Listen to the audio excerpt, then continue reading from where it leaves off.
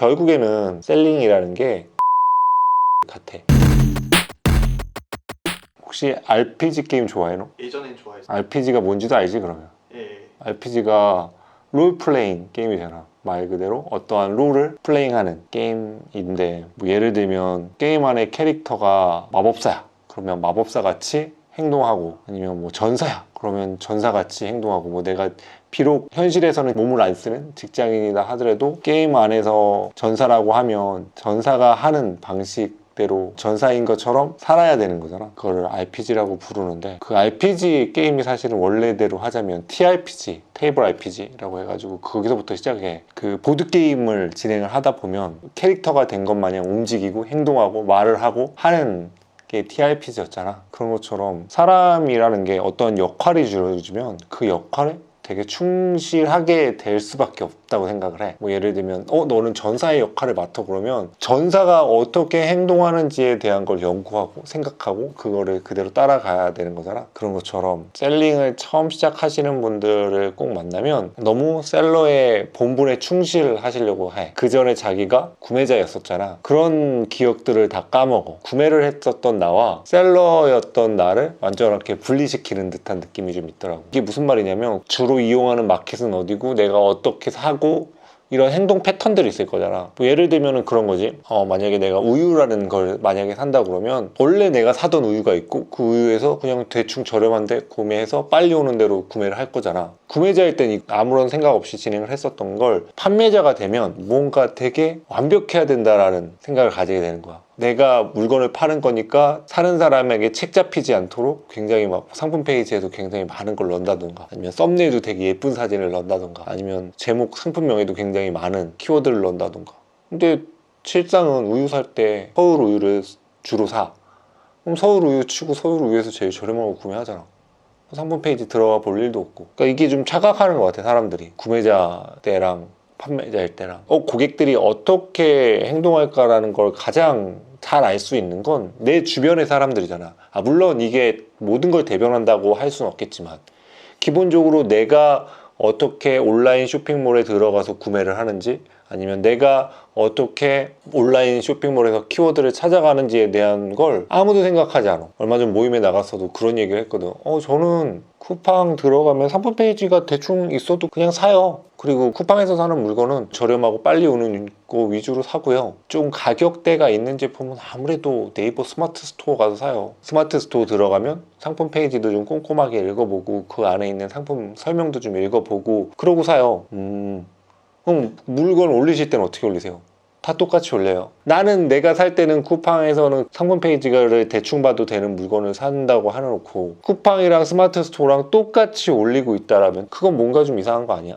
물론 아까 전에도 얘기했듯이 처음에 온라인 셀링을 하기 전에는 온라인에서 구매하는 사람들이 나갔다고 생각을 했어. 나는 오히려 거꾸로. 그래서 모두 다 합리적이고 저렴한 거 찾고 좋은 제품을 찾을 거다라고 생각을 했는데 꼭 그렇지만은 않더라고. 비합리적으로도 구매를 하고 최저가를 찾는 것보다 시간을 아껴서 그 시간을 무언가 다른 데 투자하시는 걸 훨씬 더 이득이라고 생각하시는 분들도 있고, 그 다음에 오히려 최저가인 물건은 너무 가짜 같으니까 최저가보다 한 1,000원, 2,000원 싼 물건, 그런 물건에 들어가서 구매하시는 분들도 있고, 굉장히 여러 패턴으로 사실은 소비자가 구매가 되지만, 그래도 내가 알 수 있는 건, 내가 그나마라도 파악할 수 있는 건 사실 나와 내 가족, 내 친구, 내 지인들 정도잖아. 그러면 그 사람들한테 넌지시 물어보는 거지. 뭐 너는 어떻게 구매해? 이런 거 어떻게 구매했어? 이거 어디서 구매했어? 뭐 이런 식으로 물어보는 거지. 넌 해외 구매 대행할 때 어떤 거 구매해? 셀러로서의 역할을 충실하게 되면 사실 구매자의 생각을 자꾸 잃어버리게 되거든. 그러면 그런 사람들한테 물어보는 거지. 그런 것들을 좀 보면서 행동 패턴이나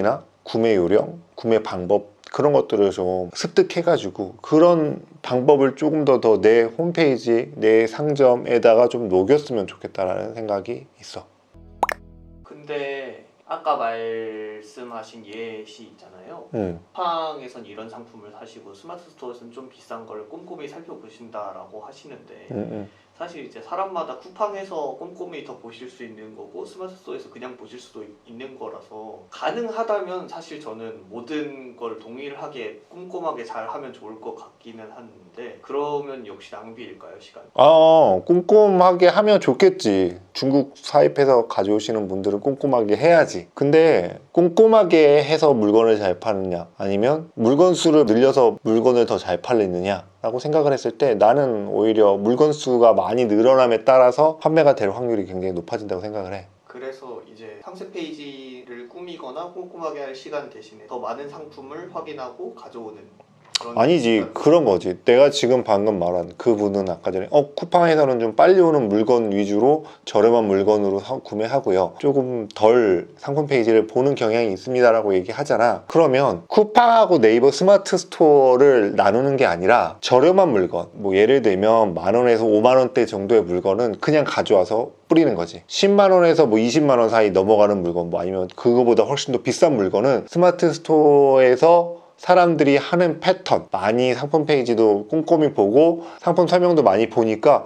그런 제품은 좀 공들여서 상품 등록을 할 때 등록을 해야 되는 거지. 전체적으로 모든 마켓에 맞추라는 그런 취지의 말이라기보다는 오히려 가격대에 맞춰가지고 진행하는 게 훨씬 더 효과적일 수 있다라는, 오히려 거꾸로 그런 말이 될 수 있어. 사실 스마트 스토어나 뭐 쿠팡이나 같이 안 올릴 수도 있고, 쿠팡에는 좀 저렴한 물건 위주로 올리고 스마트 스토어는 비싼 물건 위주로 올리고, 굉장히 많은 전략이 나올 수 있기 때문에 기본적으로 사람들이 어떻게 사는지에 대한 걸 좀 판단을 해야 된다는 거야. 나는 무조건 다 똑같이 올려가지고 판매할 수도 있지. 괜찮아, 나쁘지 않아. 근데 그거를 조금만 신경을 쓴다면 전환율이 2%였던 게 3%로 올릴 수 있고, 그러면 아무래도 똑같은 수의 물건을 올려놨을 때 좀 더 많이 나가는 거잖아. 전환율이 계속 높아진다 하면 광고를 붙일 수도 있지. 그런 부분에 대해서 조금 더 고민해보면 아무래도 좋은 결과가 나오지 않을까? 결국에는 셀링이라는 게 문제 해결 같아. 매일매일 새로운 문제가 생겨. 뭐 예전에 풀어봤었던 문제도 있지만 정말 내가 듣도 보도 못한 문제도 생기고, 그런 문제를 푸는 과정이 분명히 존재를 하는데, 그 문제를 푸는 과정에서 아무래도 내가 가지고 있는 정보가 많다면은 조금 더 정답에 가까운 답을 얻어갈 수 있지 않을까 싶은 거야. 대부분은 사람들이 초반에 이제 셀링을 시작을 하시면 깜깜이로 진행하시잖아. 그럴 때 아무래도 내가 구매할 때 어땠는지를 한 번만 좀 생각을 해본다면 그냥 아무런 생각 없이 깜깜이로 올렸을 때보다 조금 더 좋은 매출이 나오지 않을까? 아까 말씀하신 것 중에 가격적인 면이 있잖아요. 예를 들면 저도 실제로 구입할 때 최저가보다는 약간 조금 비싼 거를 일부러 구입할 때가 있어요. 솔직히 1,000원, 2,000원 정도 차이면은 조금이라도 비싼 게 덜 고장날 것 같고, 그런 약간 느낌이라 해야 되나?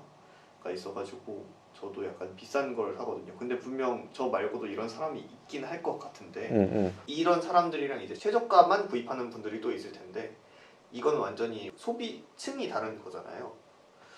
그렇게 봤을 때 조금 더 잘 팔리는 쪽에 포커스를 맞추고 하는 건가요, 보통? 그러면? 근데 얼마 전에 친구를 만났거든. 그 친구가 최저가 찾기 달인이야. 몇 시간씩 뒤져가지고 최저가를 찾고 막 이랬던 애야. 얼마 전에 이제 애를 낳고 시간이 없어졌어. 예전에는 최저가를 찾아다니려고 굉장히 노력하고 약간 게임같이 했었다고 그래. 이게 아무래도 내가 육아를 하거나 뭐 아니면 직장 일이 굉장히 바빠져서 하면 최저가를 찾는데 들이는 시간이 아깝다라는 거야. 100원, 200원 그냥 뭐 1,000원, 2,000원. 너가 생각하는 것만큼 최저가를 찾는 사람과 최저가를 찾지 않는 사람이 다른 사람이 아니야. 그냥 동일인이야. 어떠한 상황에 처해져 있느냐에 따라서 최저가를 찾느냐 아니면 내가 생각하는 가격 정도에 그냥 구매를 하느냐, 그 차이인 거지. 최저가 찾는 것도 굉장히 많은 에너지가 필요해. 사실 실제로 내가 쉴 수 있는 시간, 내가 다른 거 할 수 있는 시간은 뭐 너 말대로 하자면은 그렇게 치면 약간 젊은 층들이 원하는 물건을 최저가를 올리고 나이가 좀 드신 분들이 쓸만한 물건은 최저가가 아니더라도 그냥 올린다, 뭐 이런 식으로 해도 될 것 같고, 어쨌든 중요한 건 그렇게 유추할 수 있고 판단할 수 있는 능력이고, 그 유추하고 판단할 수 있는 건 결국엔 데이터라는 거지. 오늘은 구매자일 때의 나와 판매자일 때의 나에 대해서 좀 얘기를 해봤는데, 인간은 누구나 자신이 처한 상황에 최선을 다하기 마련이고 상황에 몰두할 수밖에 없기 때문에 지금 말고 다른 상황이었던 적을 자꾸 까먹지. 그런 말도 있잖아. 개구리 올챙이적 생각 못한다. 약간 맥락이 좀 다르긴 하지만 어찌되었건 기본적으로는 많이 까먹을 수밖에 없는 거지만 내가 셀링을 하는 건 결국에 누군가 구매를 해주는 사람이 구매를 하는 패턴을 알아야 되는 거고, 그 패턴을 알기 가장 쉬운 건 사실 내가 어떻게 구매하는지부터 생각을 해봐야 되는 부분이니까 이런 부분은 항상 조금 생각을 해보고 진행을 했으면 좋겠어. 자, 오늘 이야기가 좋았다면 알지? 구독, 좋아요, 알림 설정까지 누르면 이런 이야기 많이 들을 수 있으니까 많이 구독 좀 해줬으면 좋겠어. 그럼 안녕.